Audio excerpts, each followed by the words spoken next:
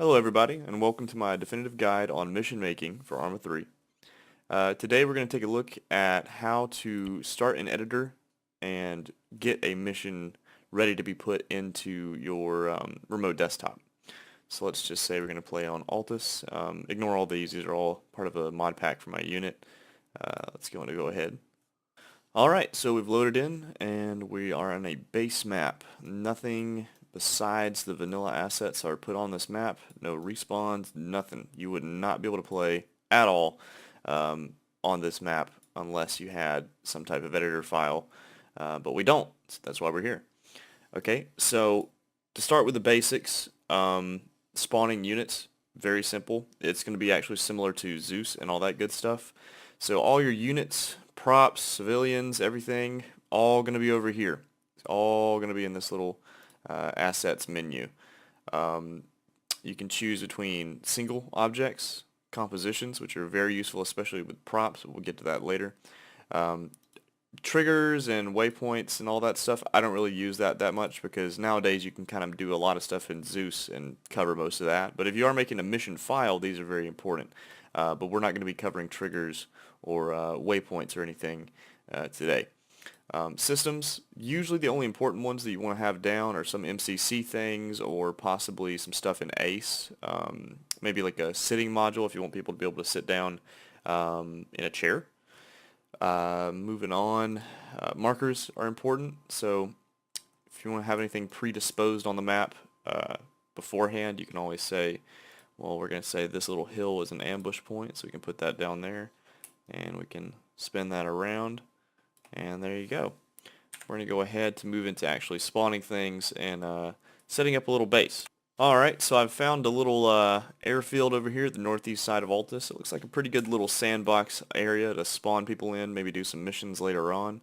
So what we're going to do is we're going to set up a little base for people to use as a sandbox, a little starter place. So let's go ahead. Looks like we've already got a pretty decent amount of stuff here. This looks like a pretty cool area. It's already got a hangar next to it for spawning vehicles and stuff out of the way. And it's got this little open area. So if we want to be very simple, we could just go base. And that brings up a whole bunch of stuff you can spawn. And depending on how many mods you use, you could get a lot of stuff popping up. So if we type in base here in the singles, you can get all kinds of stuff. And why I love editor so much is you can see what you're going to spawn before you actually spawn it, and that's very useful. Houses, everything. Now we're actually going to go just to compositions, and just for the example, we're going to spawn a small OP tower. And see, we just put an item down. That is in the game. That is a physical object. So, to move stuff around in editor, it allows you to be very precise if you want to. There's two different movement types. Well, actually there's three. You can just click, move around and drag. You can hold down shift and then click and move it around as you hold it, and that changes the direction. Just like that. Now if you hold down alt and move it, it's going to go up and down. So we are just going to put it right here, face that forward, and there you go. That's a little base. So now we're going to move on to getting spawn points and all that stuff done. So now that we've got a base and everything down, we're going to go ahead and put some units down for people to choose. So just for the sake of the video, I'm going to put down some NATO units. And let's say we're going to go to men. Riflemen. How about that? I'm going to put some dudes here. And we see that is the player. We know it's the player default because it has the red circle. Now we're going to double click. Click off of player. And then choose playable. That way, that is a choosable and playable character when you go in. A simple thing I like to do just to keep it simple when you're spawning stuff in editor, just copy, which is Control C, and then Control V, Control V, Control V, Control V, Control V. And you can spawn a billion of these dudes and they'll have more slots as the people come into your game. Now if you want to get more advanced, you could even say let's spawn some squad leaders in. If you play with a unit that can be useful, you can do playable, and you can choose their rank, so it will be like a sergeant.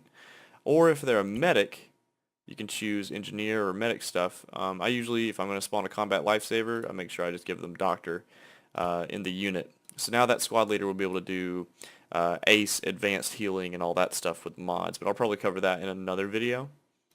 So now we have the units for people to choose when they come in. We'll just make this one default player, because otherwise if you're playing single player you're not going to be able to spawn as anyone. Alright, now that we've got units, we've got a little base, we're going to add a spawn point. So we're going to go to markers, we're going to go all the way down to system, we're going to go to empty. I think you can use either empty or select, I just use empty. So we're going to plop that down on the map. Now it doesn't work as a spawn point unless you double click, go to variable name, and then type respawn west. Now I believe that works for respawn east or respawn independent. I don't know what the independent one is, but that's where that faction is going to respawn in. Usually if it's blue 4, it's going to be respawn _ west. All right, and as a finishing touch for just beginning and the sandbox basics of everything, we're going to put down an arsenal. So for that you can just go singles, props, and then just type in box, for instance. Let's scroll down, maybe go to supply box AAF, put that down here.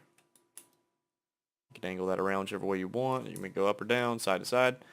So for this, normally people prefer using the arsenal system, which is going up to the box and pressing spacebar for a virtual arsenal. It's a lot better than choosing your equipment individually.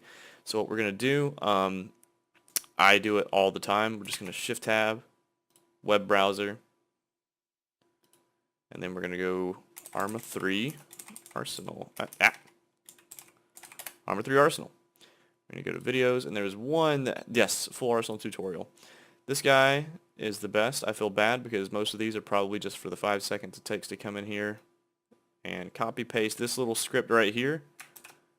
And you put that into the init box of the arsenal. So we're going to double click. So we're going to click on init and then copy paste. Press OK, and that is now a fully functioning arsenal for people to go up to. Alright, so now we've got spawns, we've got units, we've got an arsenal, we've got a little bit of a base that practices a little bit of everything. But basically, if you want any custom settings or any settings at all, you're not going to be able to have any of those unless you do what we're about to do. So we're going to go ahead, go to, first of all, we're going to go to settings, and we're going to go to add-on options.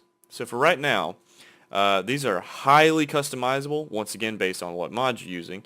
For the mod pack that my community uses, alright, so we're just going to go to server. We use a very specific set of ace stuff and all that. But basically you're going to go through here, you're going to check off whatever you want to use. You're going to use bullet trace effect and ace. One of the most important things to do is to go over ace medical. If you're going to be doing a milsim or a tactical realism server, you're most likely going to be having ace in there. So we're going to go in ace medical. And for me, our settings are a little unique right now. We're kind of moving them around at this moment. But the basics are pretty simple. If you want a advanced medical system where you can have a broken leg, and all that good stuff, you have to use certain types of bandages and stuff. You just want to set everything to advanced. Feel free to just look at this as I go down and copy it. I'm just going to talk while I do that. Bleeding coefficient, that's like how fast you bleed. Pain, that's how much pain you get. Player damage, I usually increase that pretty high. Let's see here. That's all just like a bunch of medical stuff. Let's see. And yeah, that's pretty much it. You just need to make sure your ace is, your medical is pretty much on point. Because that can really screw up a whole game if it's really, really bad. Alright, so next, to make sure people actually spawn in and they do all the proper things, we're going to go to Attributes, Multiplayer. So this is going to choose what exactly is going on with your mission and how people spawn and all that good stuff. So we're going to go to Game Type, and just for the sake of it, we're going to choose Sandbox. We're going to say minimum players 0, maximum players 30. You can type a nice little summary in here. Zach's video. You definitely want to uncheck Enable AI because there's going to be a lot of dudes that spawn in that are just sitting there, and it's going to kill people's frames if you don't do it. We're going to go ahead, since we did put a respawn point down, we're going to click on this. We're going to go on Respawn on Custom Position. I'm just going to make the delay 13 seconds. So this time now, when someone dies, they don't just go into a spectator camera. They actually can respawn on that point. You can go through all this stuff. I'm literally not going to tell you what to do. You could choose to let people respawn manually if you want. You can choose whatever. If you want to have the vanilla revive mode, you go into the multiplayer and choose that. But we don't use the vanilla stuff, so none of this is used at all. We're going to go ahead and save it. It's very simple, right? Not very much. So we're going to go to Scenario. We're going to Save As. You go into MP missions real quick. Make sure you save it in MP missions. If you don't, you're not going to be able to play it in multiplayer. I don't binarize it because if you do want to edit some PBO files, that's some pretty advanced stuff. But if you do, you don't want to binarize it. So we're just going to save this as Zach's mission file. We're going to save. Alright, so that is officially saved. So now, what you want to do is you want to go ahead and play it, right? No. You have to go to export. You export that to multiplayer. And we're going to talk about where that goes in the next video. So I hope you guys enjoyed watching and have a good one.